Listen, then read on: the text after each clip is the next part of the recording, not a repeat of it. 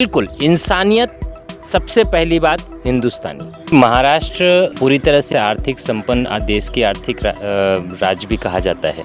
इस देश में हर किसी को अपनी भाषा बोलने का अधिकार है, हर किसी को आज़ादी है अपनी भाषा बोलने। एक काम कीजिए ना, सारे हिंदी भाषियों को पैक कीजिए, ट्रक में बोरे में डालिए और पार्सल कर दीजिए। हिंदी भाषियों को भगाओ, कल को आप बोलोगे बिहारियों को भगाओ, तो सबको भगा दो, फिर बचेगा क्या महाराष्ट्र में? नमस्कार, वॉइस ऑफ महाराष्ट्रमध्ये आपलं स्वागत आहे। आज आपण आहोत दिल्ली येथे। दिल्ली येथे आज येथील वरिष्ठ पत्रकार अशोक मिश्रा यांची आज भेट घेण्यासाठी आज आपण पार्लिमेंट एरियामध्ये आज आपण आहोत।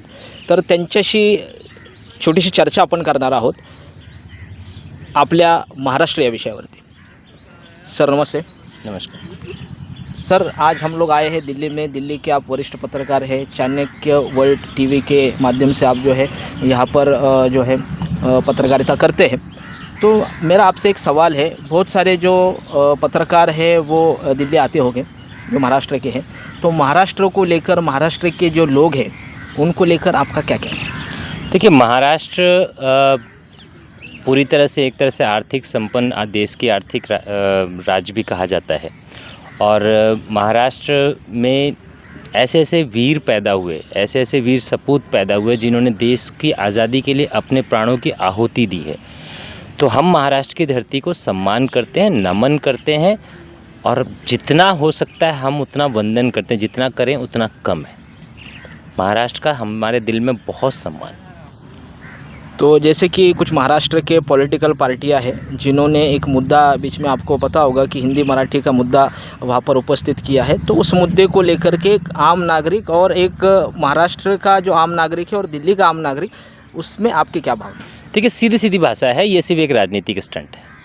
इस देश में हर किसी को अपनी भाषा बोलने का अधिकार है, हर किसी को आज़ादी है अपनी भाषा बोलने का। आज आपको मराठी से इतना प्यार आ रहा है, जब आप सत्ता में थे तब आपका मराठी का प्यार कहाँ था?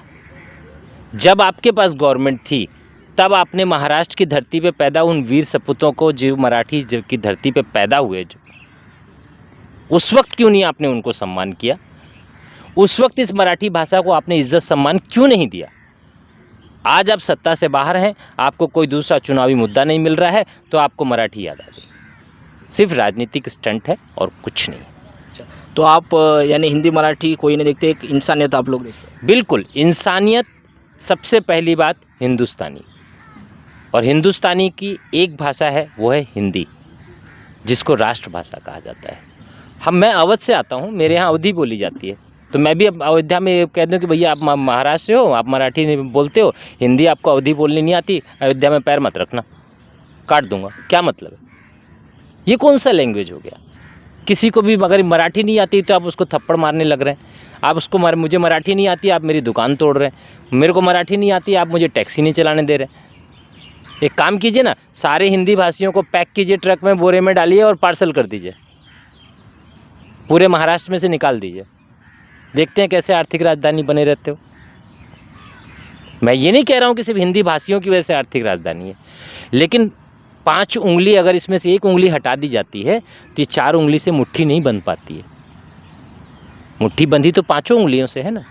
कहीं हिंदी भाषियों का भी योगदान है, मराठियों का भी योगदान है, वहाँ पे बंगाली भी रहते हैं, उनका भी योगदान है। कल को आप बोलोगे बंगालियों को भगाओ, कल को आप बोलोगे क्रिश्चियंस को भगाओ, कल को आप बोलोगे मुस्लिम्स हैं, उनको उर्दू आती है, हिंदी नहीं आती, उनको भगाओ, कल को आप बोलोगे हिंदी भाषियों को भगाओ, कल को आप बोलोगे बिहारियों को भगाओ, तो सबको भगा दो, तो फिर बचेगा क्या महाराष्ट्र में?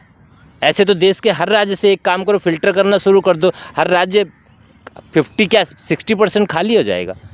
यानी हर स्टेट के लोगों का योगदान रहा है। बिना योगदान के देश चलता ही नहीं है, और देश बनता है राज्यों से।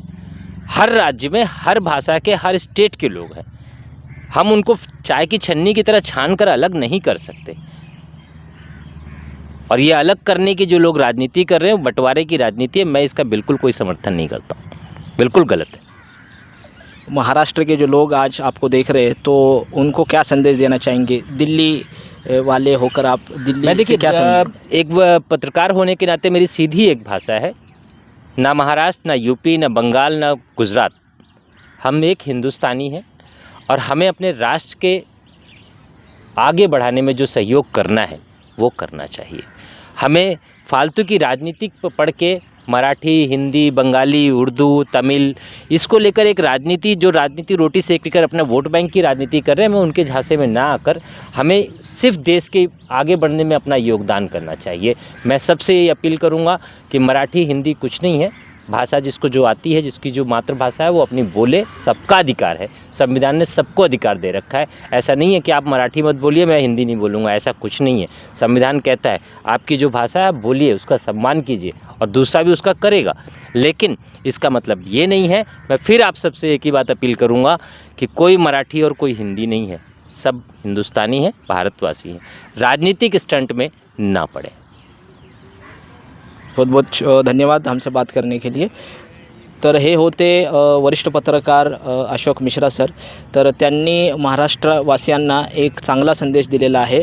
तर कुठल्याही भाषेमध्ये आपण न जाता आपण सर्व भारतीय आहोत, हा चांगला मेसेज या ठिकाणी सरांनी दिलेला आहे. वॉइस ऑफ महाराष्ट्रासाठी मी सोहेल शेख, दिल्ली.